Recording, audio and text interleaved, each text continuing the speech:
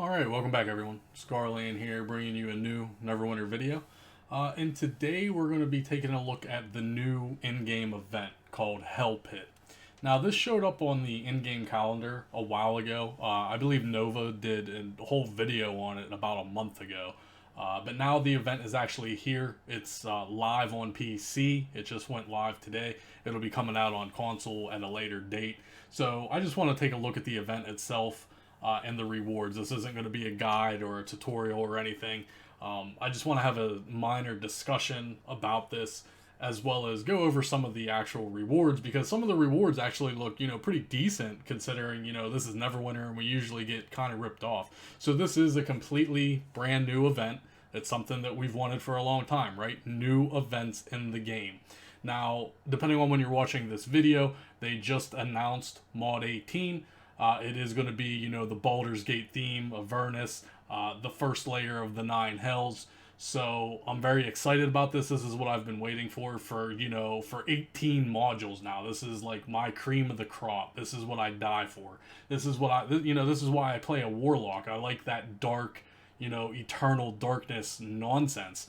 I'm not emo or anything. It's just what I like. That's why I play a Warlock. It's why I play a Necromancer.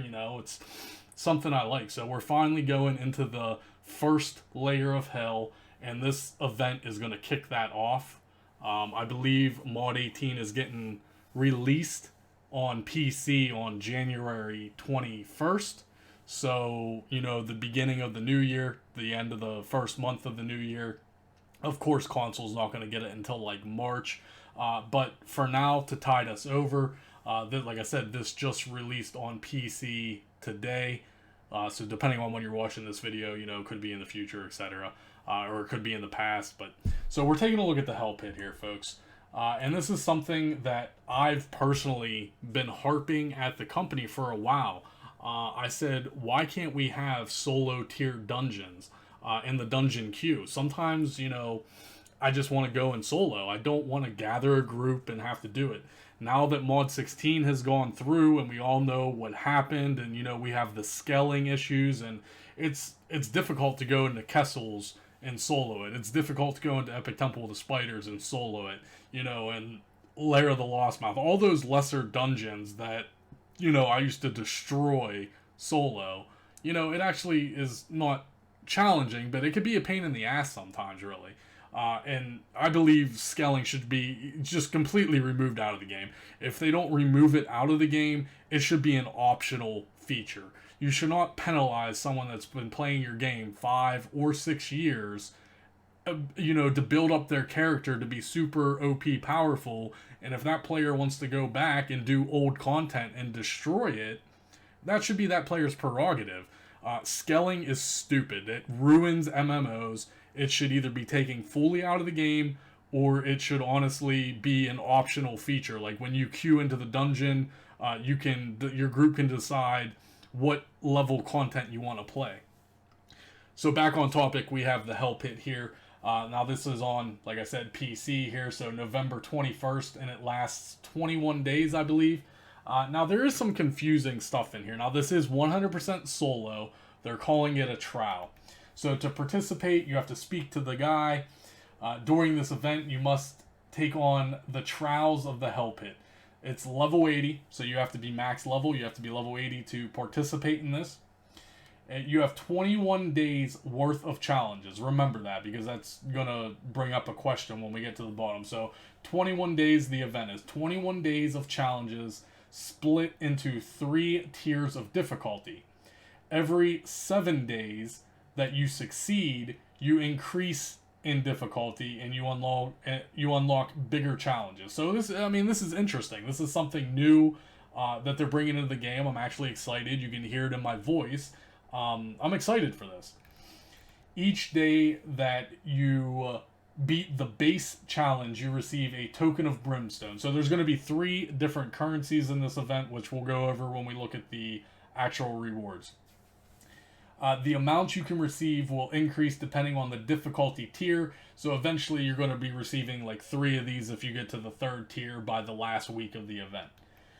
When you have unlocked the 2nd level of difficulty, you have a chance to earn extra brimstone. So it's not guaranteed. It's a chance to get more token of brimstone in the form of an optional bonus round. So if you do the bonus round, you have the chance to get more tokens of the brimstone. Should you make it to the 3rd tier of difficulty, which is the last tier, you will have to face the most difficult challenges, earning more currency that can be used in the event store, up to 7 tokens of flames. Tokens of flames are the secondary currency. And then finally we have the final token of achievement, which is the 3rd currency. Now this is the confusing part. It says completing 14 daily challenges will get you a token of achievement, which can be used to purchase some valuable items. So I'm assuming there's more than one daily challenge a day, because you need 14 daily challenges just to get one token of achievement. Now, when we look at the rewards, the top tier item is obviously a legendary mount. Most of you have seen the leaked pictures and the leaked images. And it takes 5 token of achievements to actually get that legendary mount. So there has to be enough challenges that you can get this all in one event within 21 days. And of course, I'm sure there's going to be a PC player. I'm sure Rainer, good old Rainer, I'm sure Rainer will put out a full tutorial before I get to, because he has this content before I do. I'm sure he's playing it actively right now, but I just wanted to do a little preview video of it. So we'll look at the rewards here. Like you can see them right here. But we'll look at the full tier reward. So here is, we're in Protector's Enclave. We are on PC, obviously.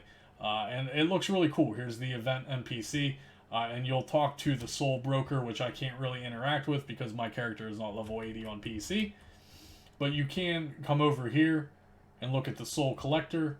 And then we'll look at the rewards here. So right off the bat, these are the token of brimstone, which you're going to be accumulating a fair share amount. And you can see these are all the normal rewards. These are basically, you know, the PvP rewards as well as the legacy campaign rewards. This is all the same rewards here pretty much. So, you know, if you want to snag a couple enchanting stones or potencies, it's just, you know, it's free stones. So, I mean, you can't really complain with that. If you're doing the event anyway, you might as well grab, you know, even if you need companion tokens, I wouldn't honestly waste these on companion tokens. I would try to get, you know, enchanting stones or potencies. And then we have the 2nd tier rewards, which are those token of flames. And now we're seeing some interesting rewards here that I want to go over. So first and foremost, three of these token of flames is going to actually get you a legendary insignia choice pack. So this is a choice pack. It's not even a random pack. You're going to get it. They're just giving you legendary insignias at this point. You can also get 100% off a character loadout, which isn't that bad. If you need character loadouts still, hey, for two currency, man. Like I said, you're going to be doing the event anyway. You can get 10 preservation wards for 1. And now here's what I want to talk about. These are brand new to the game, and these are going to be expendable items.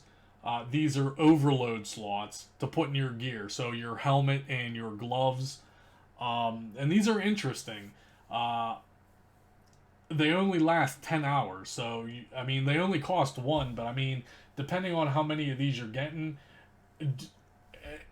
this says that they're account bound, right? The Legendary Insignia Choice Pack, but once you open it, until someone actually opens it, we're not going to know if they are bound. If they're bound and you don't need Legendary Insignias, and you don't need a character slot, and you don't need preservation wards, well then you're going to stock up on these overloads, because remember, these only last 10 hours. These are expendable items. So we do have a 5% physical damage bonus. Okay, keep that in mind. We have a 5% critical strike, 5% accuracy. We have physical damage reduction, 5%. We have 5% AP gain. We have 5% maximum hit points. And then we have 5% critical avoidance and 5% deflection. Now here's my question. Where is the caster bonus?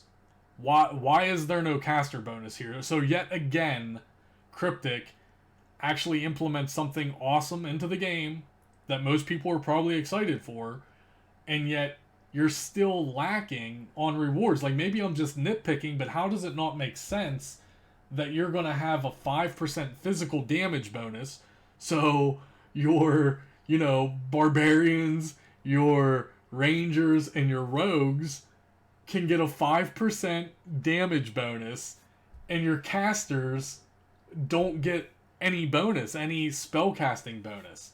How is that fair? So, I mean, if you're like a warlock or a wizard, I guess you're going to go for action points or HP. I mean, remember, you can have 2 of these. I'm going to highly doubt that these stack. I'm sure Rainer maybe has already made a video about testing these, but if he hasn't, maybe it's on his agenda to do, but I highly doubt these stack. So you can't put one of these in your helmet, and you can't put one of these in your gloves and get a 10% damage bonus. I highly doubt they stack. So you're going to have to mix and match. So, I mean, but melee characters, I mean, am I reading this wrong? It literally says 5% physical damage bonus. So that's all physical damage. So what about spellcasters? What about warlocks? What about wizards? What about DPS clerics? I just don't understand. We don't deserve a 5% damage increase? I mean, come on, Cryptic. What kind of bullshit is that, bro? So I guess you're gonna go action points and hit points, because you should be already statistically capped on critical strike and accuracy. So who's gonna need 5% critical strike and 5% accuracy? This is stupid. This shouldn't even be here. The critical strike and the accuracy, this should be the spellcasting bonus one. But I digress. Finally, we have the participation. Now, this is, like I said before, the token of achievements. It's the final trials, and this is where the legendary mount is, and it costs 5. So you need 5 of these tokens to get the legendary mount out of this. So there has to be more than one daily event, or daily challenge rather, because you need 14 daily challenges gives you 1 token of achievement. So, I mean, you do the math. 5 times 14, that's how many freaking tokens of achievement you're going to need. You can get a free coalescent ward for only 1. A greater bag of holding, which in my opinion shouldn't be in here. This isn't worth it. And then the runic bag of holding for 2. But then, let's take a look at the golden warhorse. So this is the free legendary mount. This is, I believe, correct me if I'm wrong, this is actually the first free legendary mount that Neverwinter has ever implemented into the game. 6 years. 6 years in this game's life cycle. We're coming into Mod 18. And correct me if I'm wrong, but I don't think I am. This is actually the first free legendary mount that you can get. Up until this point, they've slowly put in epic mounts in some of the events, but I can't recall one single legendary mount that they're actually giving you for free. I mean, you don't have to pay for this. It's not locked behind a paywall. You don't have to buy lockbox keys to open lockboxes. You don't have to spend 6 million AD in the auction house to get a legendary mount. This is actually legitimately the first free legendary mount in 6 years. And, we're coming up on Mod 18. And I mean, I guess it looks okay. I mean, I'm not really a big fan of it, but I mean, you guys know me. I like mount skins. I'm going to get it, So the golden touch, this damage is actually higher. Keep in mind, my tune isn't max level. I'm sure this does more than 2,000 damage, but you summon your golden warhorse and it does X amount of damage to your target. And then I'm assuming 10,000 critical avoidance when you're level 80. So critical avoidance, I mean, is kind of dog shit, to be honest. You think they would have gave at least something worthwhile here. Like, even if it was only 10,000 defense, obviously they're not going to put 10,000 power in here for free. That's still going to be locked behind a paywall. But, like, even 10,000 defense, 10,000 accuracy, even 10,000 combat advantage. A lot of people have trouble hitting that combat advantage bonus, the mid-tier players. So, yeah, unfortunately, yeah, it's a free mount, but, I mean, let's be honest, anyone that needs this for a free legendary mount, I mean, they're going for the 140 mount speed, right? No one gives a shit about critical avoidance, and I mean, it looks like a direct damage spell. You summon this guy, he just does X amount of direct damage.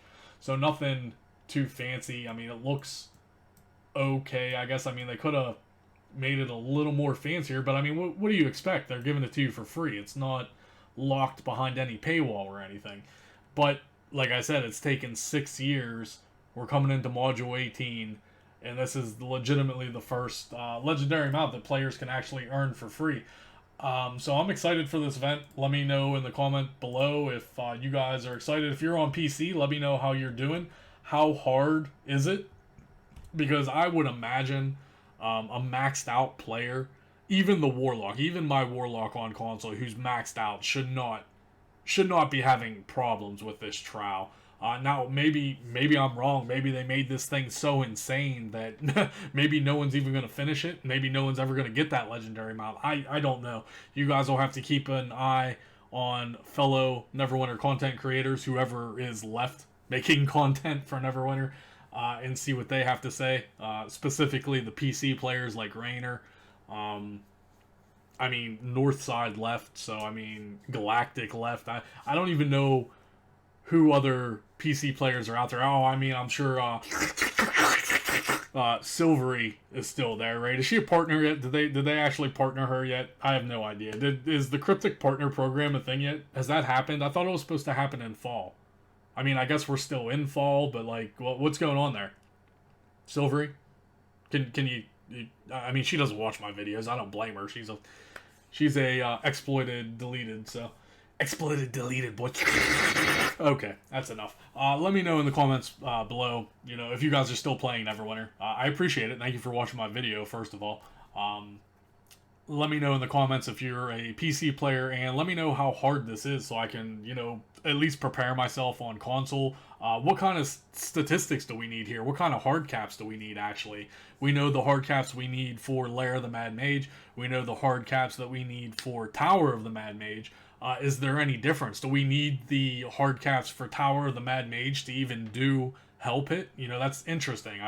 We'll have to find that out, and like I said, this was just a preview video, guys. I will put maybe a full tutorial when this comes to console. We're not going to get this on console until probably the end of December. I think it's on our calendar, so thank you for watching, guys. I will see you in the next one.